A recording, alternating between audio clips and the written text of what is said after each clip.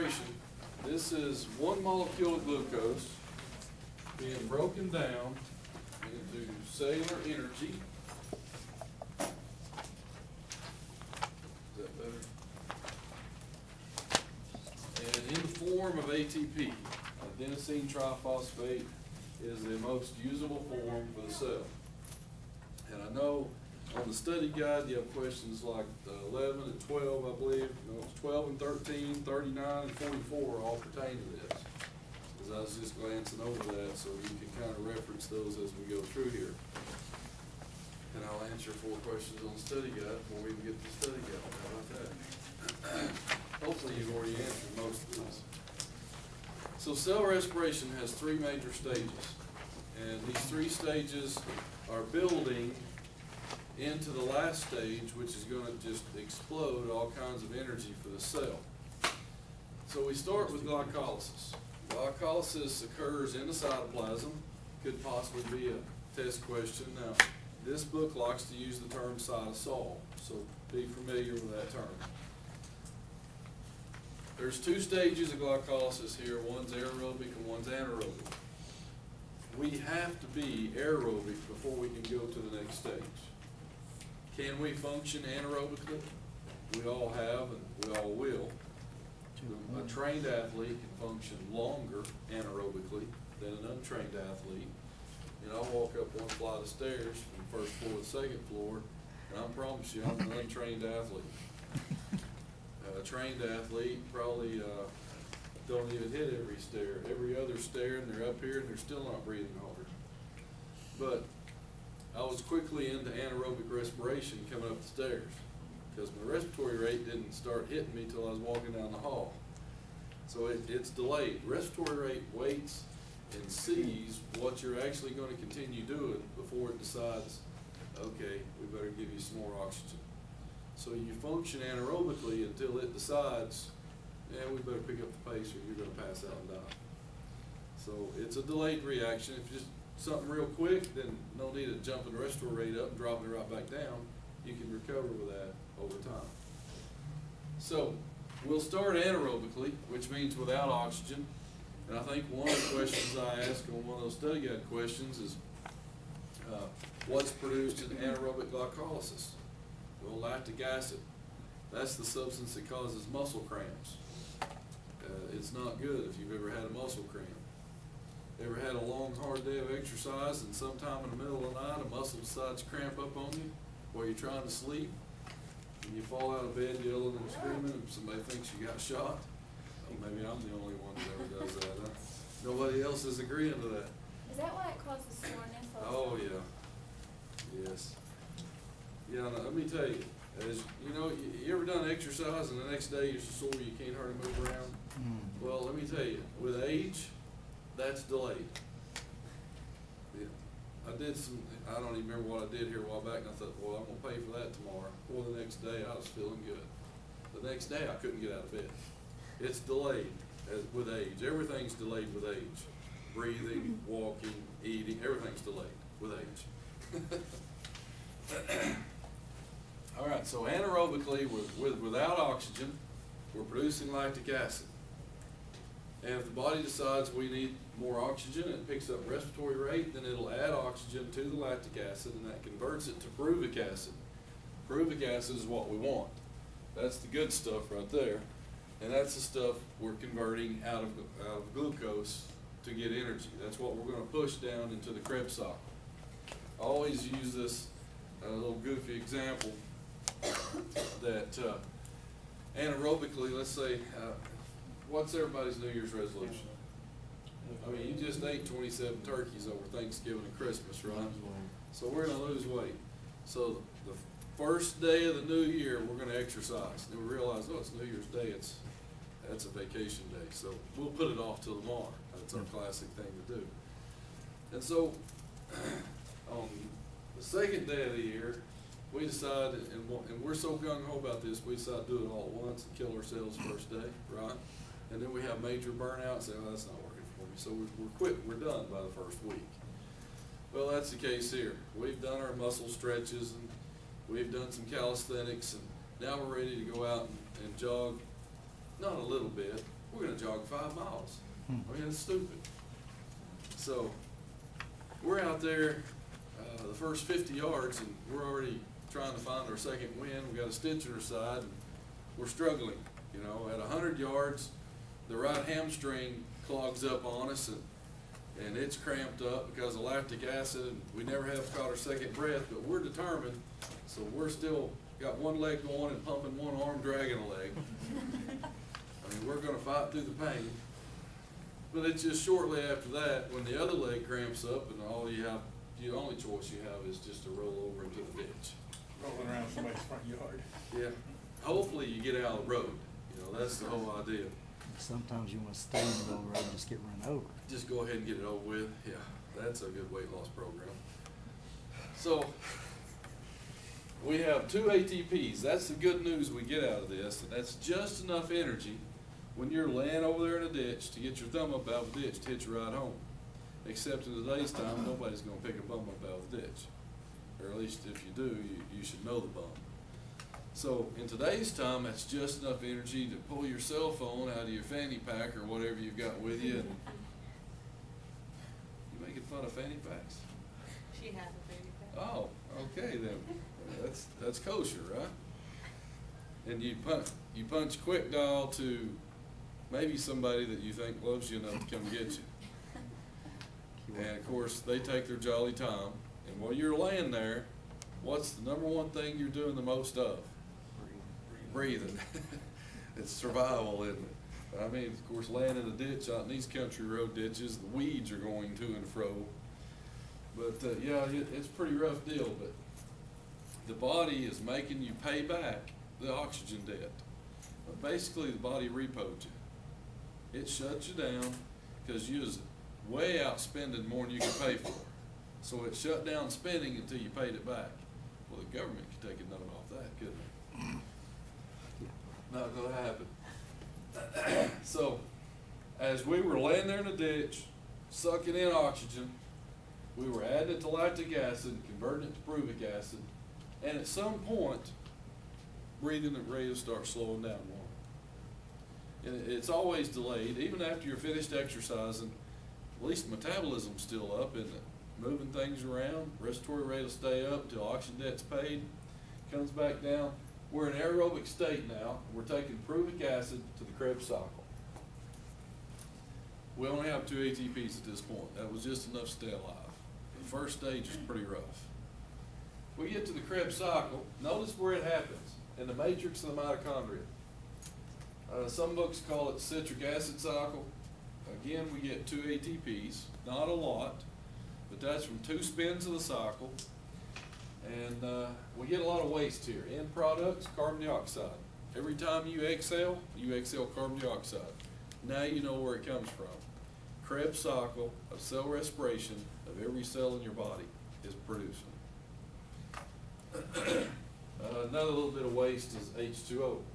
We ultimately take the pruvic acid and make this molecule right here, PGAL. I can't even pronounce it, so we're going to abbreviate it PGAL.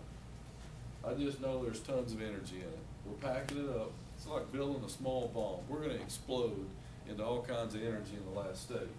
Question. Yes. 2 ATPs from anaerobic to aerobic to Doesn't Krebs. matter. Glycolysis, you get 2 ATPs, Right. anaerobic or aerobic. It doesn't matter. But when it goes to the Krebs, it produces 2 molecules of the PGAL. And 2 more ATPs.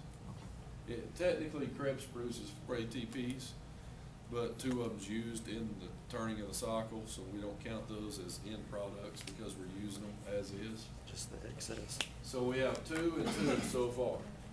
And we're taking 2 molecules of PGAL to stage 3, which is hydrogen transport. The newest name for hydrogen transport is oxidative phosphorylation, not phosphoration, but they're always changing names, they're always changing ideas, and it always spins back around to the old idea because the new ideas are bogus. But anyway, we make it into the 3rd stage. We take the 2 PGALs and we break that down. One of these produces 17 ATPs, 15 plus 2. So if we have 2 of them, how many we produce? 34 ATPs. So Compared to 2 and 2, 34 is pretty significant, isn't it? So, how many total ATPs did we produce from the breakdown of one molecule of glucose? 38. And we say 36 to 38 because the book says we use two to start the process over again. And if there was a chapter in this book that you needed to read, don't read this one. It's mass confusion. Yeah, I'm glad I warned you before you read it. You know, I'll probably chapter 10 by now, but right, Kelsey? Yeah, in your spare time, you've been reading. You don't even sleep at night, do you? Well, I stay up at night worrying about y'all studying too much. That's what my problem is. Questions I'm gonna ask. What's number 12 on your study guide say? When is lactic acid produced? Lactic acid's produced where? Anaerobic glycolysis. Anaerobic glycolysis, that's where lactic acid's produced. It says Hmm? one. It says one. When? Anaerobic. That covers it. Without oxygen.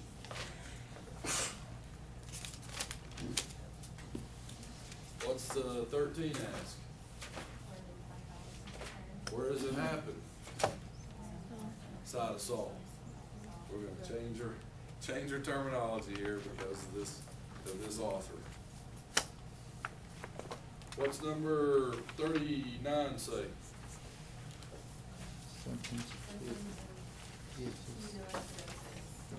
Wrong one. That's a sweet smelling breath and 38. what's 38 say? How many molecules of ATP are produced by the glycolysis? How many ATPs do we get out of glycolysis? Two. Anaerobic or aerobic, it doesn't matter. Glycolysis gives you 2. What was the answer for 13, glycolysis? What was the question for 13? Where? Oh, cytosol. Cytosol, which is same as cytoplasm. Yeah, I may ask you, how many ATPs do you get out of anaerobic glycolysis? How many? How many ATPs out of anaerobic glycolysis? 2. How many you get out of aerobic glycolysis? 2. How many you get out of glycolysis? 2. It's just 2. Okay. So when in doubt, just put 2, right? And you'll get 2 out of 3 on them. But how many ATPs we get out of Krebs? 2. What's your waste products in Krebs? 2. Oh, I know what you're saying. When in doubt, put 2, right? Yeah. Waste products, carbon dioxide and water. I think how much we had. Let's see. Notice that Krebs and hydrogen transport both happen in the mitochondria. So of the 38 total, 36 is made in the mitochondria. Now what's our definition of mitochondria? Carbohydrate power plant. Powerhouse of the cell. That's where your energy's made. That's where the terminology comes from. Did we answer 44? Aerobic versus anaerobic. Do what? Aerobic versus anaerobic. Okay, aerobics with oxygen, anaerobics without. How long do we function anaerobically? You and I probably not very long, but a trained athlete can function a lot longer. Are you gonna ask something like that? Probably. Does it just It's depend? open. There's no direct answer, I mean, there's not like, No, there's not a just exact answer because this person trained more than this person lasts longer. This person untrained doesn't last very long at all. I'd be a couple minutes, some of these would be an hour. I'd be breathing heavy thinking about it, so, yeah. So you said anaerobic is what we start out with, Yes, and then we go to aerobic and then. yes. We have to start anaerobic because if you start exercising, does your respiratory rate pick up immediately? No. So we start anaerobically. And if your body's used to doing this, it'll last longer anaerobically.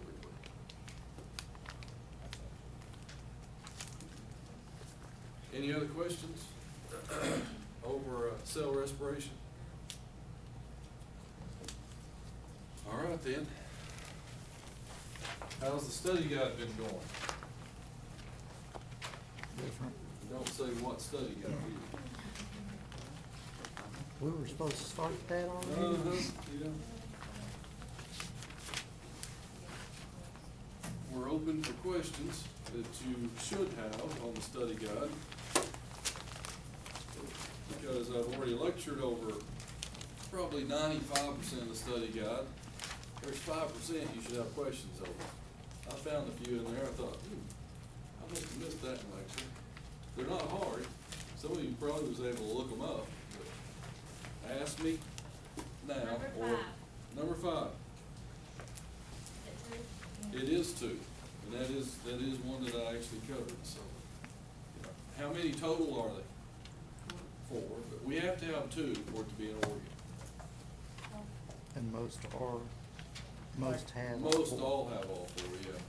Like on 3, it's like sebum, do we need to know how it gets to the top of the skin, to the hair follicles or anything like that? No, the sebaceous glands producing sebum, that's what's responsible for lubrication, yes. That's good enough, sebaceous glands.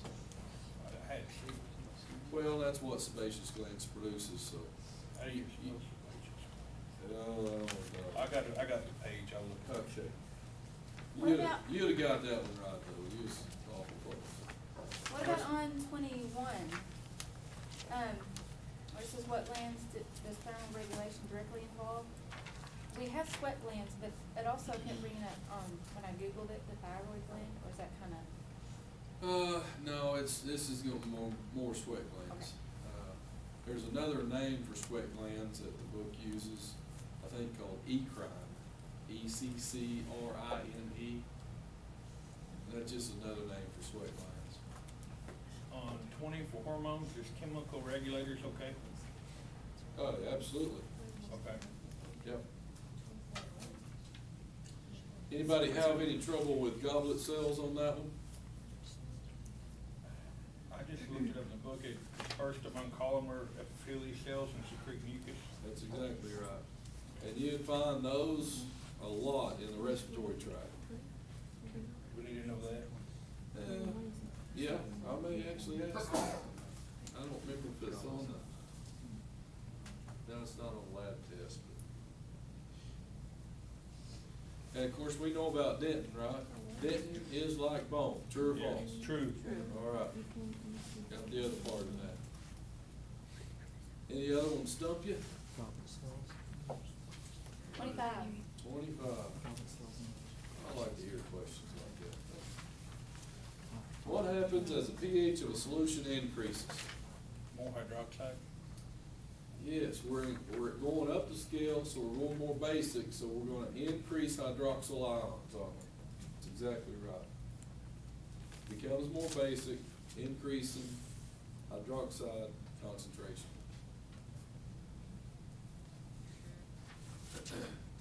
What'd y'all get for number 1? Yes.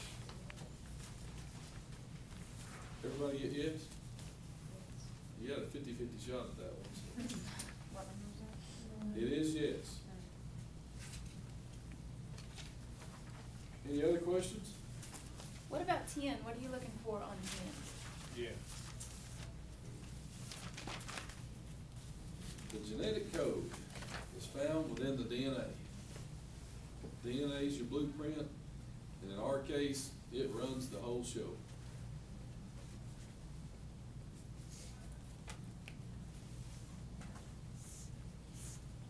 What about 14?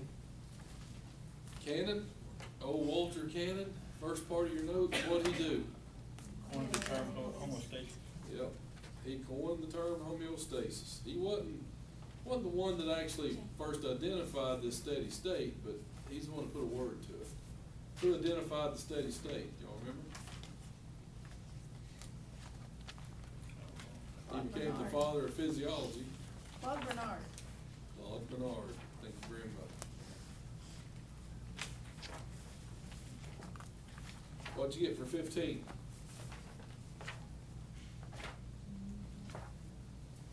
Deviation from the normal set deviation from the norm. That just makes you sound smart. That's for 15? Yep. We'll have it. It detects deviations from the norm. Sends a message, some response center takes care of it.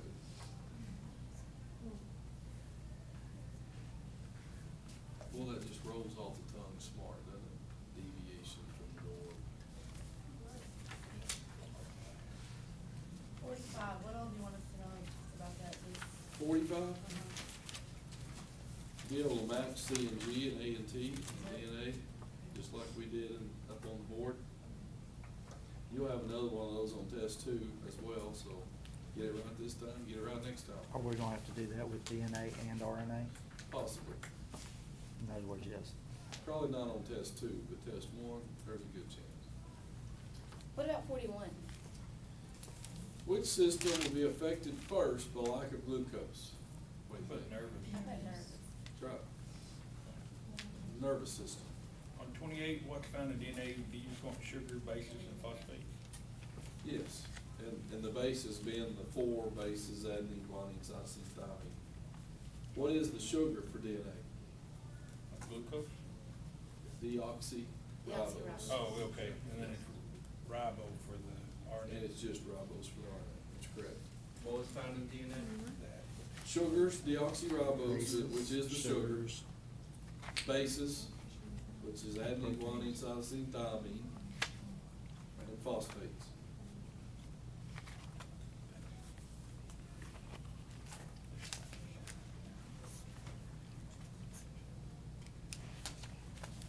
What about 29?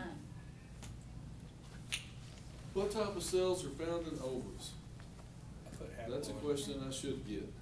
That's one I expect on this, if you've been looking at it, because the only thing we really talked about the ovaries in this section was when we were in meiosis, we produced one big egg and 3 little polar bodies, you remember that?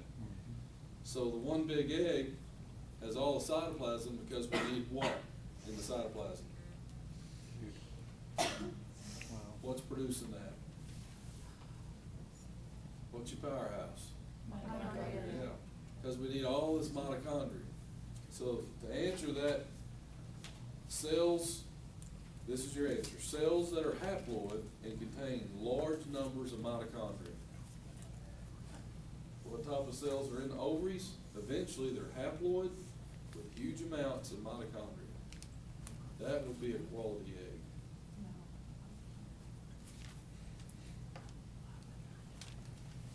On 27, is a rapid breakdown of fat from Yes, not it enough is. carbs good enough? Very rapid breakdown of fats, very good. What about 26? Sounds good. Nitrogen? Nitrogen. Okay.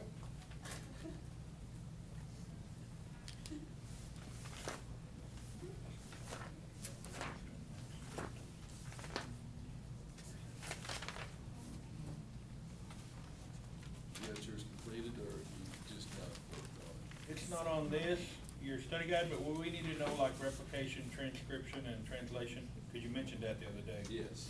You know that too. Yes. Is there anything else that's not on this you think we need to know? I'm a little surprised those aren't on there somewhere, but I guess they are. 34's got generic translation first where, that's the only reference so far. True. Yeah. Where are they? They're scenario questions, but those scenario questions are gonna involve something that we've talked about or on here.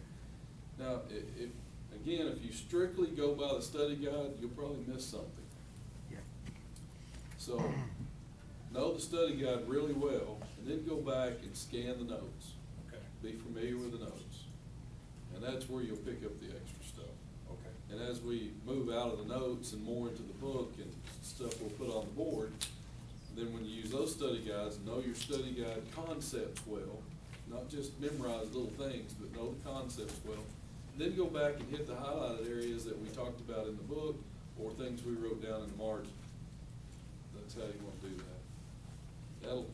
I think just sitting in class, you'll read a question and say, oh, I remember him saying something stupid about that. And that's what you'll think, something stupid, but it's important because it's on the test.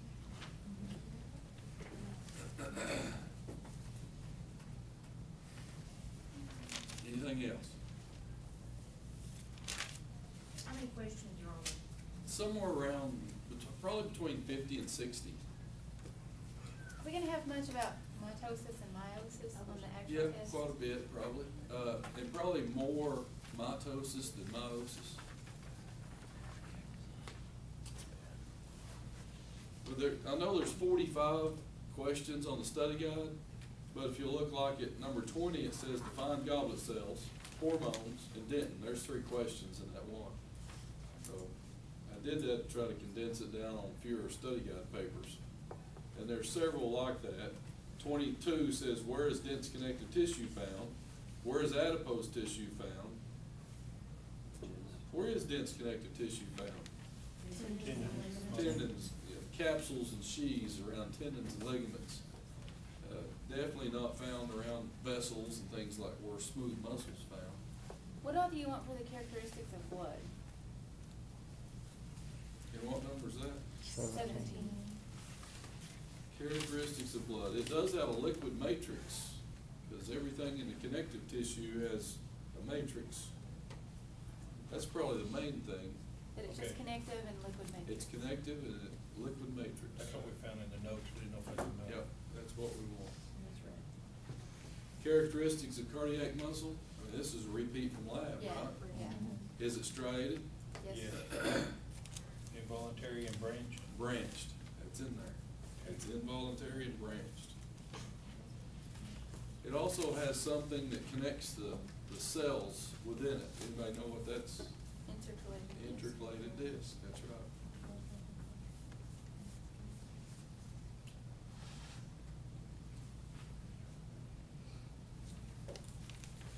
Number 19, more lab stuff. Where would you find different kinds of epithelial cells and tissues? For example, where would you find simple cuboidal? Where would you find cuboidal epithelial? Like in your intestines or something. Simple is like thin line. Where at? Kidneys. Kidney tubules. That was our cross section was kidney tubules, yeah. Okay. And it would be lining those tubules. Is that the only one? Oh, there may be more, I just gave you an example. But I mean, if you're studying for lab, you're studying for this. If you're studying for this, you're studying for lab, so they correspond quite well here. What about 16? What primarily stimulates insulin secretion? Pancreas, increased glucose. Increased glucose, yeah. The pancreas just don't get a tickle in its throat, decides to kick out some insulin. So you want increased glucose? Increased glucose will trigger the pancreas to produce insulin. What do you want for the integumentary system? Big. Tell them what number that is. 30 what? 23. 23? Well, being the big organ that they talked about in the book, what does it primarily do? Protect. It protects, thermoregulates. Yeah. So you wanna know biggest? Surface area, it is the largest. Second to that is liver. But protection and thermoregulations, it's primary.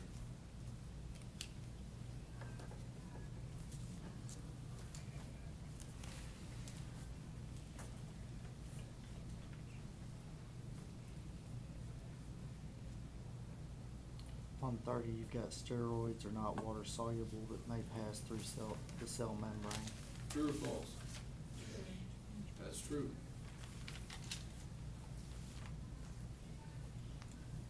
When the chromatids move to opposite poles? Anaphase. Anaphase. There's another lab question. What happens in prophase? The nuclear membrane disappears, the spindles appear. Centrioles move to opposite poles. What did you say? I said centrioles move to opposite poles. Nuclear membrane disappears, somebody else said. And chromosomes begin to appear.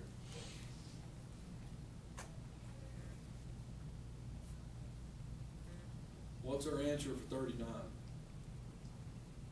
Tired, thirsty, frequent urination, sweet breath. Sweet smelling bread. There's your answer on this one. Yum, yum.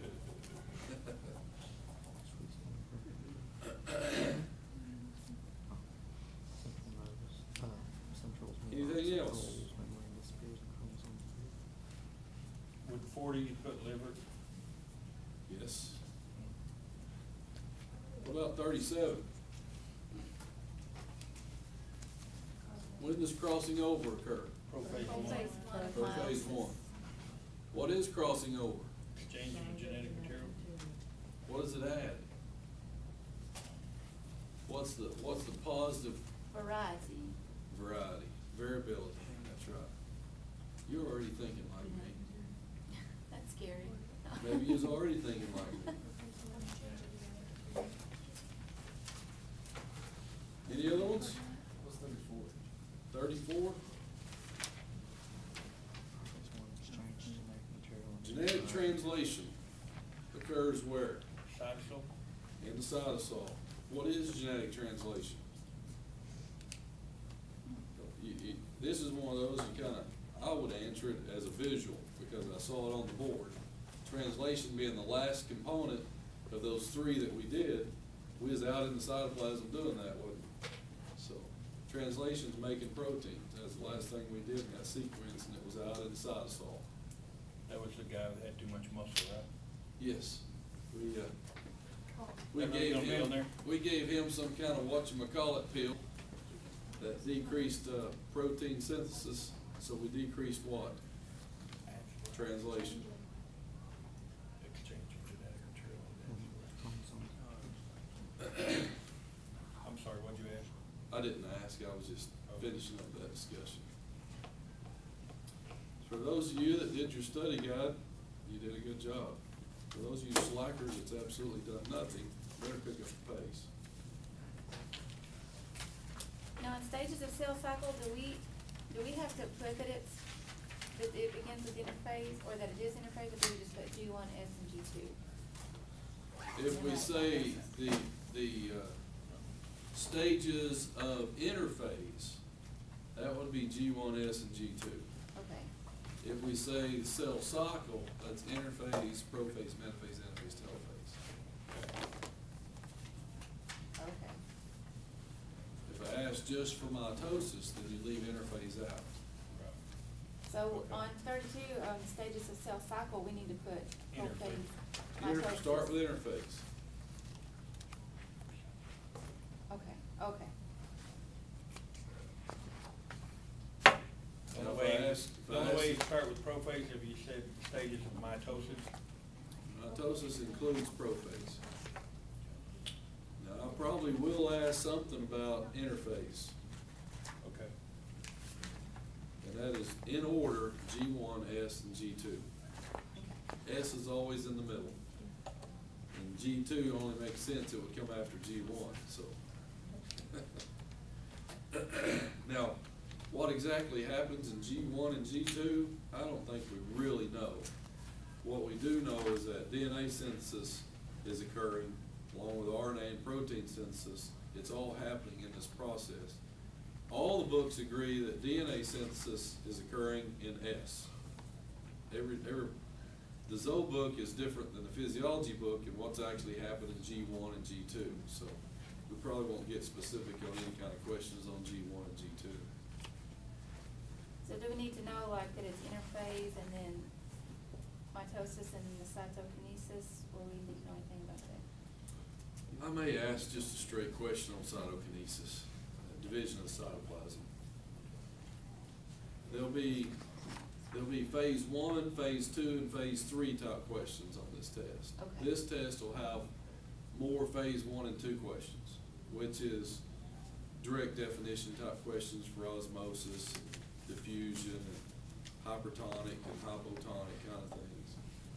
A phase 2 question would be something like, if we put a 1% cell in a 2% solution, what kind of situation, what kind of, what's the term I'm looking for?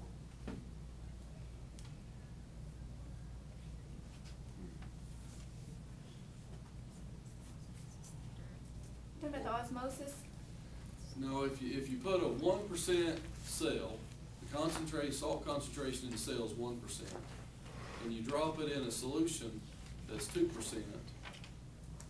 what type of situation do we have? Hypertonic or hypotonic?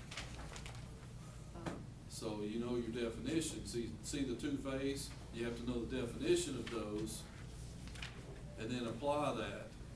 So if we have 2% outside and 1% inside, if it's greater outside than inside, it's a hyper means more, right?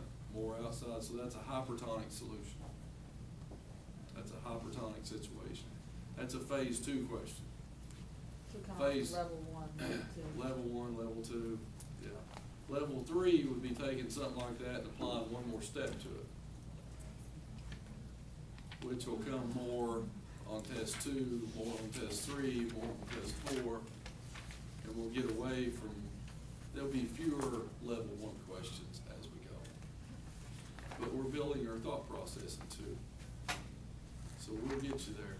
My brain is about to be hypo, and explode. It's gonna be hyper before it's over, cause it's swelling with information. No. We just gotta Maybe. de-scramble the information. Any other questions? Acids release what to solutions? Acids release hydrogens. Acids have tons of hydrogen. What number is that for everybody? Number 8. Number 8. Hydrogens.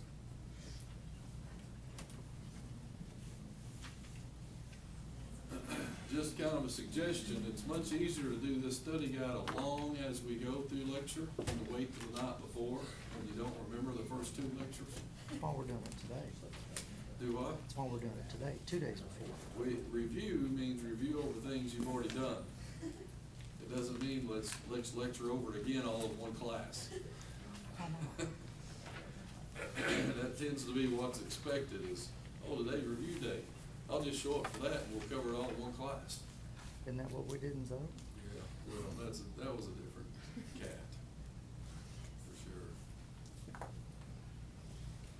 That it? I did. Sure. See ya. We have a test Friday.